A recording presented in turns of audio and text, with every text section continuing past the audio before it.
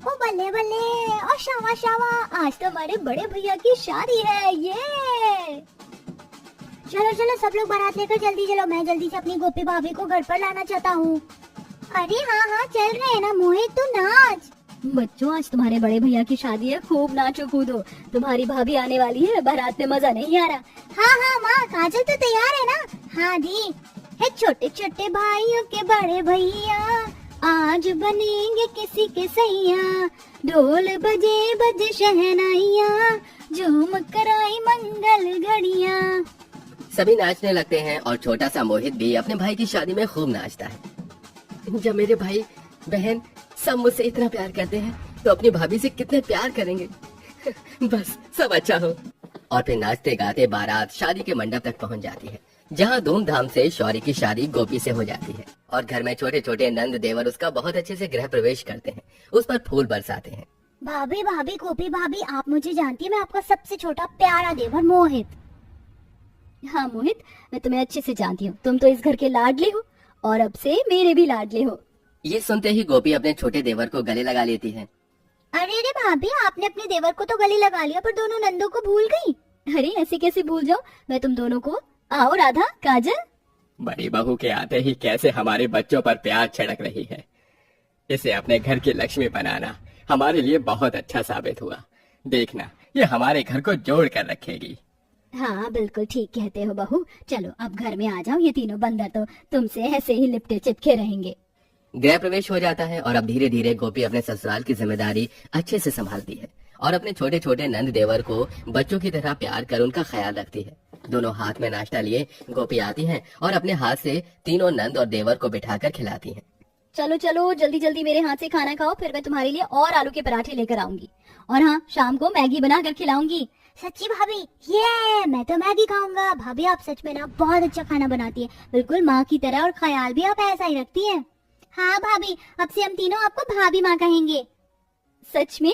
तुम हमें अपनी भाभी माँ कहना चाहते हो? शौर्य, तुमने सुना ना? हाँ, मैंने सब कुछ सुना और मुझे बहुत अच्छा लगा कि मेरे भाई बहनों ने तुम्हें भाभी माँ का दर्जा दिया। वक्त गुजरता है, गोपी तीनों देवर नंद को अपने बच्चों की तरह रखती है, उन्हें प्यार करती है। और फिर सरला एक हादसे में जीने से नीचे गिर जाती है, जिस वजह से अब वो बिस्तर पर पड़ी रहती है। सास के बीमार होने पर गोपी बच्चों पर अपना ममता का सागर उड़ेल कर उनका बहुत ख्याल रखती है, बहुत प्यार करती है। देखते ही देखते 10 साल बीत जाते हैं और तीनों बच्चे बड़े हो जाते हैं। भाभी, भाभी माँ, मुझे कॉलेज के लिए लेट हो रहा है, टिफिन दीजिए ना। भाभी, मेरा सूट प्रेस नहीं हुआ और मुझे प्रेस करना नहीं आ रहा, मेरी हेल्प करो ना। और भाभी, मुझे बहुत भूख लग रही है, आपने मेरा फेवरेट पास्ता बनाया या नहीं बनाया? ओफो, तुम भी ना। ये रहा राधा तुम्हारा टिफिन और तुम्हारा सूट, मैंने पहले ही प्रेस कर दिया। काजल देखो कमरे में रखा, और मोहित ये लो तुम्हारा पास्ता। तुम बच्चे भी ना, मैं बचपन की तरह तुझे आज भी अपने हाथ से खाना खिलाती हूँ। भाभी माँ, नेकी और पूछ पूछ। अरे देख रही है सरला, तेरी तबीयत बिगड़ने के बाद गोपी ने किस तरह तीनों बच्चों को अपना बनाकर पाल लिया है। सच बताऊं तो उसने तेरी कमी पूरी करी है। हाँ, ये आपने बिल्कुल ठीक कहा, लेकिन उसने मेरे बच्चे भी तो छीन लिए। अब मैं बुलाती हूँ तो तीनों बच्चे उससे ही चिपके रहते हैं, भाभी माँ करते रहते हैं। तुम गलत समझ रही हो सरला, तुम्हारी जगह अपनी है, उसकी जगह अपनी है, किसी बात की चिंता मत कर।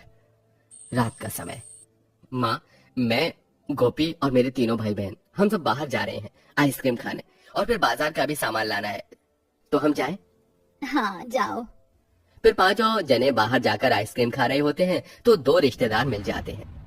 अरे शौर्य, गोपी बहू और बच्चे सही हैं, आइसक्रीम खाने निकले हो क्या आज? हाँ काकी, आज थोड़ा टाइम था तो सोचा सबको बाहर ले चलूं। वैसे मानना पड़ेगा गोपी, 10 साल से तू बांझ है, पर फिर भी तूने अपने देवर और नंद से बच्चों का प्यार ढूंढ ही लिया।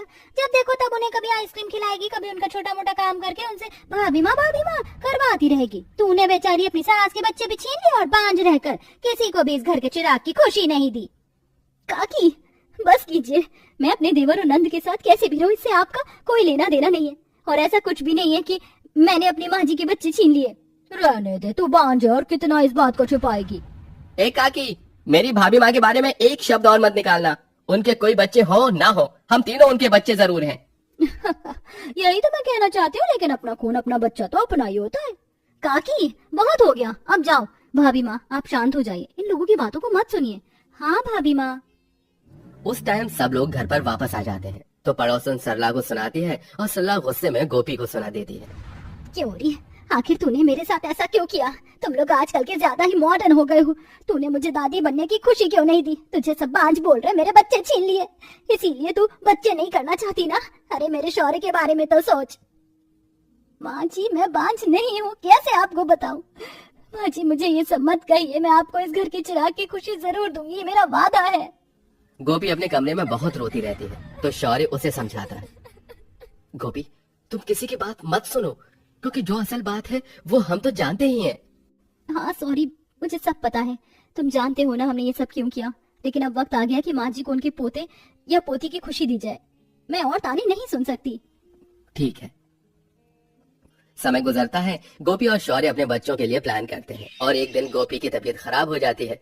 शौर्य उसे डॉक्टर के पास ले जाता है और जब दोनों घर पर वापस आते हैं तो घर में गोपी के प्रेगनेंसी की बात सुनकर सब लोग खुशी से उछलने लगते हैं। अरे वाह, क्या सच में तुम दोनों ने मुझे दादी बनने की खुशी सुनाई है?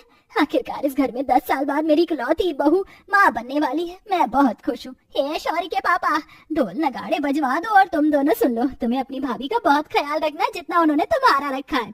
हाँ माँ, आप चिंता मत कीजिए, हम भाभी माँ का बहुत ख्याल रखेंगे। और भाभी माँ, मैं तो आपको बिल्कुल परेशान नहीं करूंगा। आप मुझे चाचू बनाने वाली है ना? हाँ मेरे बच्चे, आप भी चाचू बनेंगे। शौर्य तुम देख रहे हो ना घर में सब कितना खुश है। मैं भी बहुत खुश हूँ, आखिर मुझे वो खुशी मिल ही गई। हाँ बिल्कुल। मैं अभी मिठाई लेकर आता हूँ। मुकेश मिठाई ले आता है और घर में और बाहर के लोगों को सबको खिलाता है और बांझ बोलने वाले लोगों का मुंह बंद करता है। आखिर इतने समय बाद खुशियां घर आई थी तो बढ़ती 7वें 8वें महीने की प्रेगनेंसी में अब सारा काम दोनों नंद को करना पड़ता है और गोपी को बिस्तर पर बैठे बैठे चाय नाश्ता सब मिल जाता है। पल पल दोनों नंद को गोपी के हाथ पैरों की मालिश करनी पड़ती है जिससे उनके मन में जहर बन जाता है।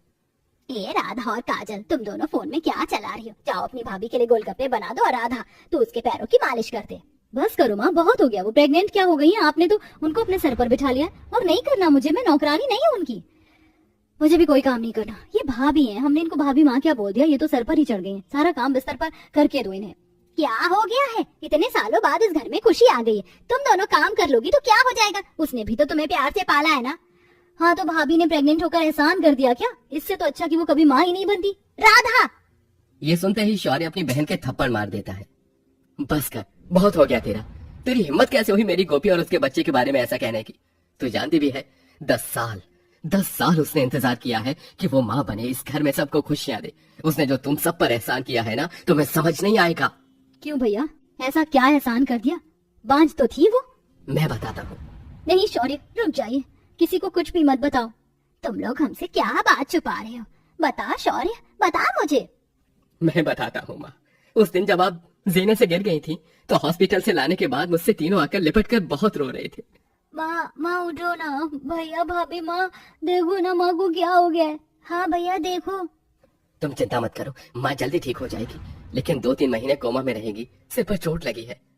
घर की ये हालत देखकर गोपी शौर्य से कहती है, शौर्य मैंने दवाई खा ली है, हम अभी बच्चा प्लान नहीं कर सकते। तुम देख रहे हो ना माँ जी की तबीयत कितनी खराब है और काजल, राधा, मोहित कितने छोटे हैं। वो तो मुझे वैसे भी भाभी माँ कहते हैं। अब मुझे अपने बच्चे की उम्मीद छोड़कर इन्हें अपने बच्चों की तरह पालना होगा। जब ये बड़े होंगे तब हम अपने बारे में फिर सोचेंगे। गोपी तुमने क्या किया हमारे परिवार और बहन भाइयों के लिए? तुमने बहुत बड़ा सेक्रीफाइस किया है। सच में ये कोई नहीं कर सकता। भाभी माँ मुझे रोज लोरी सुनाकर सुलाती थी, पर आज वो खुद सो रही है। आप ही मुझे लोरी गाकर सुना दो। हाँ भाभी माँ, हम तीनों को सुला दो। हाँ तुम तीनों यहाँ मेरी गोद में आओ। चंदा है तू, मेरा सूरज है तू, तू मेरी आँखों का तारा है तू, जीती हूँ मैं बस तुझे देख कर, इस टूटे दिल का सहारा है तू। उसने तुम्हारे लिए 10 साल तक खुद को बांझ बना लिया, तुम्हें इतना पाला पोसा, और आज जब उसके खुशी की बात आई तो तूने उसके माँ बनने के लिए ऐसा बोला। शर्म आती है मुझे तुझे अपनी बहन कहते हुए। उसने तो तुझे अपने बच्चों की तरह पाला है, तूने अपनी भाभी माँ को एक गाली दी है। हे भगवान, बहू तूने मेरे बच्चों की खुशी के लिए अपनी खुशी कुर्बान कर दी। ऐसा तो भगवान भी नहीं करते। कैसी देवी है रे तू, मैं तो तुझसे नजर ही नहीं मिला पा रही। माँ मैंने जो भी किया इन तीनों के लिए ही किया। ये मेरे बच्चे से कम है क्या? सबसे पहले माँ तो इन्होंने ही बोला मुझे। भाभी, हम दोनों से बहुत बड़ी गलती हो गई, हमें माफ कर दीजिए। हाँ भाभी माँ, हमें माफ कर दीजिए, सच में आपकी माफी के लायक भी नहीं है, बस एक मौका दीजिए, हम आपका बहुत ख्याल रखेंगे डिलीवरी तक। मैंने तुम्हें माफ कर दिया। तीनों देवर और नंद गोपी के गले लगते हैं। दोनों नंद को अपनी गलती का एहसास होता है और वो सब मिलकर गोपी का बहुत ख्याल रखते हैं। और अगले महीने गोपी एक प्यारे से बेटे को जन्म देती है और आखिरकार सब उस बच्चे के साथ खुशी खुशी रहने लगते हैं।